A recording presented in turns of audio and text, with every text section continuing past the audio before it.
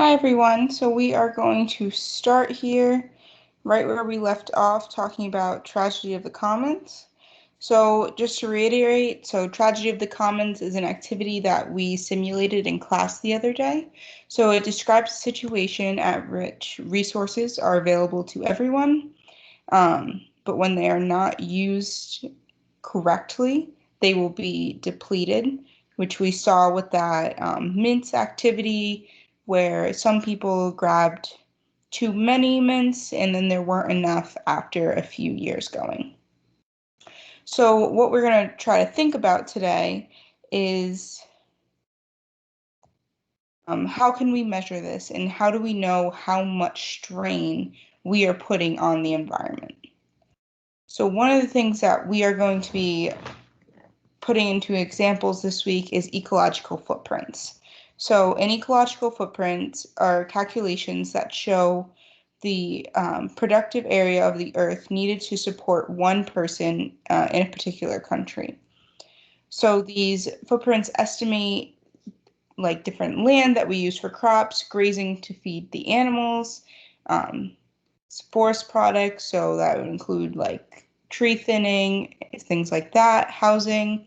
It also includes our use of the oceans, um, harvest of the seafoods that are in there, fossil fuels that we sometimes get by mining in the oceans, the forest area needed to absorb some of that air pollution that come from the exhausts that come from cars, factories, etc.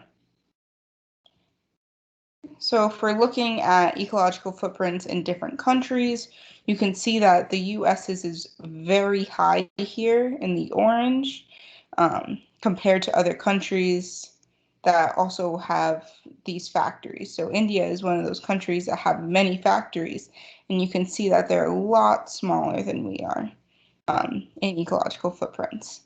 So one way to express the differences is the consumption between nations.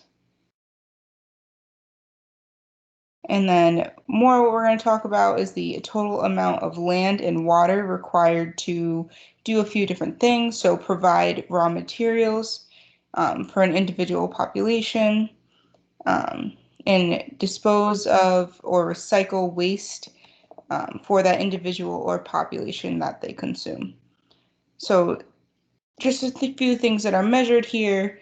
You really want to think about land usage and the energy it takes to produce the food that we eat, where we're living, how that affects the environment, how we take care of our waste and recycling, and things like that are all going to affect our ecological footprints.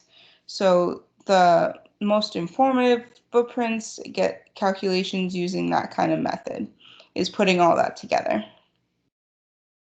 So if you look here, thinking about the average American would need 3.5 times the global average. So it's very much higher here in America.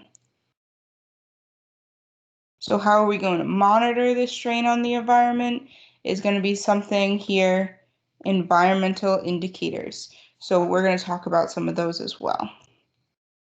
So environmental indicators are essential tools for tracking environmental progress. It's based on quantitative measurements, so that's numbers here, or statistics on the environmental condition.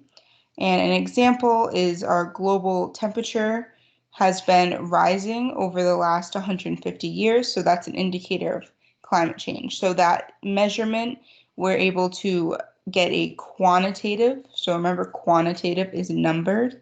So we're able to get those specific numbers for these. So then environmental resources. So an environment can provide valuable services such as instrumental value, so provisional, regulating, support, and cultural services, which we heard about in that video. So we want to go back to that Edpuzzle. If you want to watch that video again, that's going to talk about these instrumental values. I believe it was called 5 Human Impacts. If you want to revisit that video to hear about those again. But then we also have intrinsic values that we're going to talk about. So what are instrumental values? They're with the use of an instrument or a tool that can be used to accomplish that goal. So for provisions, it's goods that humans can use directly. So lumber, rubber, fur, medicinal plants, all those types of things. And then we have regulating services. So those help regulate environmental conditions. So if we remove trees, there's going to be more CO2 in the atmosphere because those trees are used to convert that CO2 to oxygen. And then another example are swamps. They're natural filters for our air. Another is support systems here. So it helps in aid of the natural function of the environment. So pollination in crops, so those bees, birds, insects that are moving around is a good example of those support systems. And then finally, cultural services provide cultural or aesthetic benefits to humans. So that's going to be all of those natural reserves that you might see. So hiking in the woods, land preserves, sometimes even like lakes that let you kayak or do anything like that. That would be considered a cultural service here. So now we're moving on to intrinsic value. So the worth of the environment is important regardless of the materials it can provide us. So it cannot be quantified. So that means it can't be put into a number, is the value of an animal's life here.